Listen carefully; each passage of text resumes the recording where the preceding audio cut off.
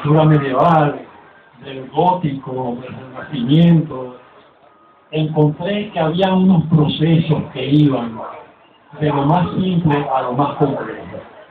Por ejemplo, uno agarra la arquitectura del Renacimiento y comienza con edificaciones con arcos que son muy simples.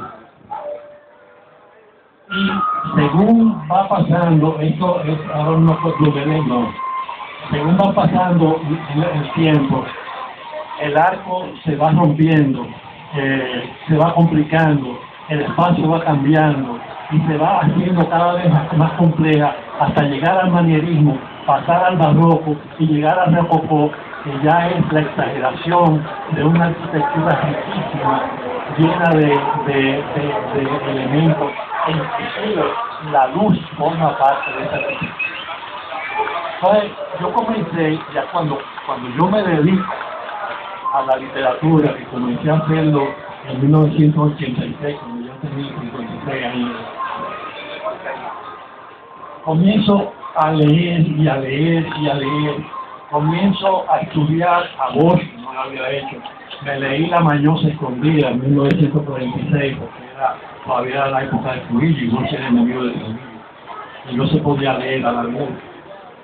Pero después lo abandoné, yo abandoné porque me dediqué a la arquitectura.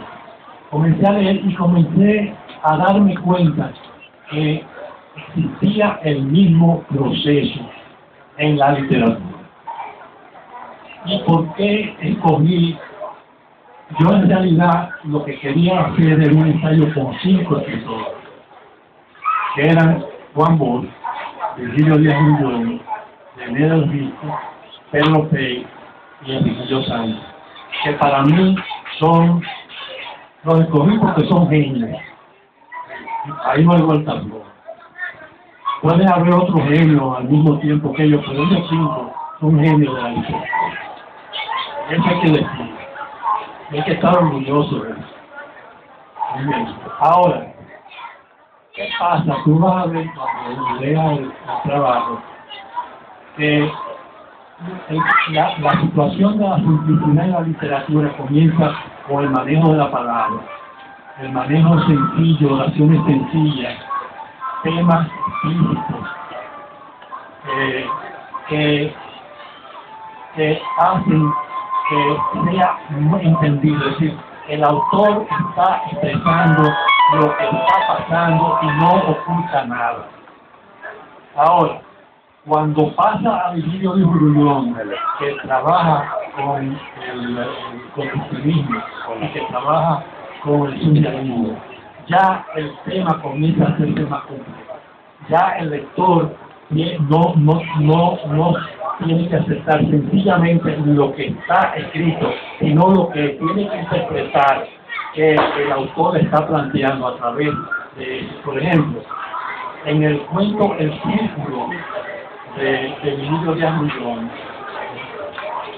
que es un hombre que se levanta alicaído, que se comienza a limpiar los dientes y de repente comienza a sentir que se está metiendo dentro del espejo donde se está fijando y comienza a pasarle una serie de transformaciones hasta convertirse en una estructura de maquillas. Y de repente vuelve otra vez a despertarse y comienza otra vez el mismo proceso. Eso, yo lo he dicho de una manera anecdótica, muy sencilla, pero eso además tiene todo un planteamiento constructivista. Y hay que entenderlo también desde el punto de vista que lo está planteando el autor. Y es el momento del absurdo, porque es absurdo que un hombre se meta dentro de un espejo y comience a sentir esa serie de transformaciones. Pero eso además tiene todo un sentido en cuanto a lo que es la vida. ¿Me voy a entender? Ahora bien, cuando pasamos a René del Risco, René del Risco tiene un cuento famoso que se llama Tom. Ahora que vuelve Tom. ¿Y qué es lo que hace René del Risco? René del Risco toma una manera de manejar la forma que se comienza a hacer en los años 20. ¿Cómo se llama?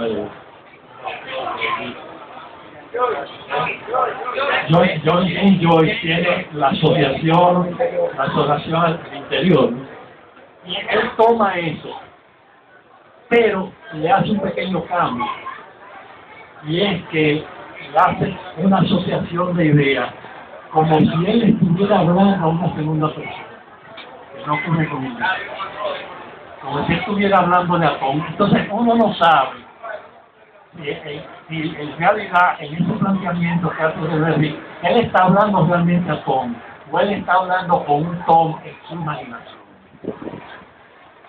¿Me entiendes? Entonces ahí comienza también un planteamiento complejo del manejo que no lo hace Virgilio Díaz Grullón. Virgilio Díaz Grullón es también directo y sencillo en su manera de manejar la manera de manejar la palabra. No utiliza esos recursos de forma que se dan a principio de siglo. Y así Pedro Pérez es todavía más complicado, y como le dije ya, Virgilio Sánchez llega un momento que es tan surrealista que uno no entiende lo que está diciendo el cuento, pero queda fascinado por la palabra.